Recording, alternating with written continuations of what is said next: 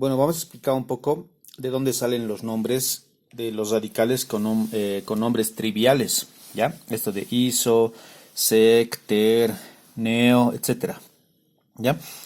Iso significa secundario, perdón, iso significa igual, ¿ya?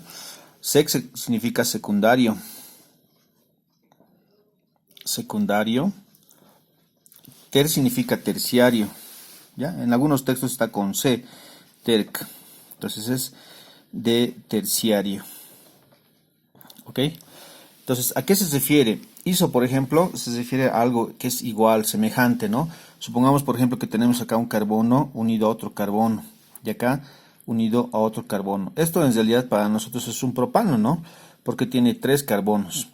Ahora, si nosotros sacamos uno de los hidrógenos que está acá, se supone que tenemos, vamos a colocar 3 hidrógenos, acá 2 hidrógenos y acá 3 hidrógenos, ¿no? Si un hidrógeno es perdido de este carbono, entonces tendríamos C2 y un enlace, ¿no? Un radical. Entonces ese sería un enlace simplemente normal, ¿no? O sea, tendríamos un propil. Pero si el enlace se pierde de acá, o sea, se pierde de este hidrógeno, acá tendríamos un enlace y tendríamos menos un hidrógeno. Este radical es el que es llamado sec, perdón, iso, ¿ya? Isopropil. Ahora, ¿dónde está el igual, no? Este término igual. Si nosotros ponemos acá un espejo, entonces esta parte de acá, la parte de abajo, es igual a la de arriba. Por eso se utiliza este prefijo iso, ¿no? Para el radical propil. Como dijimos, si perdiéramos un hidrógeno de acá, entonces no tendríamos ahí un radical isopropil. Tendríamos un propil, pero no un radical isopropil. De la misma forma que si perdemos de este carbono un hidrógeno, no tendríamos un radical isopropil, tendríamos un radical propil nada más. Entonces, cuando perdemos del medio, de donde se hace el igual, ahí es donde hay un isopropil, ¿no? Por ejemplo, pensemos en otra molécula, en esta, por ejemplo, en esta molécula pensemos, ¿ya? Si 1, 2, 3, ¿ya? Así. Voy a hacer a propósito de que sea de esa forma. Entonces, esto sería un isopentil, ¿no? Bueno, en realidad, acá tendríamos H3, H2, H2, H2 y H3, ¿ya? Entonces, ¿qué posibilidades hay de que pierdan los hidrógenos? Acá, acá, acá, acá, acá, para que se convierta en radical. Ahora, si nosotros hacemos de que perdemos de acá, ¿no? Entonces este carbono ya no va a ser ya no va a tener 2 hidrógenos y al mismo tiempo nos va a indicar otro prefijo de radical. Pero si lo pierde acá, o sea, si colocamos aquí un hidrógeno menos y se vuelve radical, entonces en este caso tendríamos un isopentil, ¿no? Porque hemos hecho que se pierda de un lugar donde es semejante. Miren, esta parte es semejante a esta parte. Esto de los compuestos, de los nombres triviales, de los radicales, es utilizado en diferentes compuestos, ¿no? Es una forma diferente también de hacer la nomenclatura. Vamos ahora a la cuestión de los secundarios. Secundario significa que tienes unido a un carbono 2 grupos alquílicos. O sea, estamos hablando de esto. Así. Por decir, vamos a dibujar una molécula así. ¿Ya? Este carbono es primario porque está unido a un carbono. Mientras que este carbono es secundario porque está unido a 2 carbonos. Este carbono de acá también es secundario porque está unido a 2 carbonos también. Y este carbono es primario porque está unido solamente a un carbono, ¿no? En el caso de un terciario, por ejemplo, podríamos dibujar algo así. ¿Ya?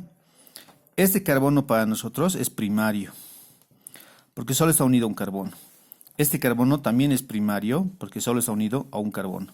Este carbono para nosotros también es primario, porque también solo está unido a un carbono. Ahora, este carbono del medio, vamos a hacerlo con rojo, es un carbono secundario. ¿Por qué? Porque está unido a dos carbonos. Y en cambio, este otro carbono, el que está unido a tres carbonos, es el llamado terciario. ¿Ya?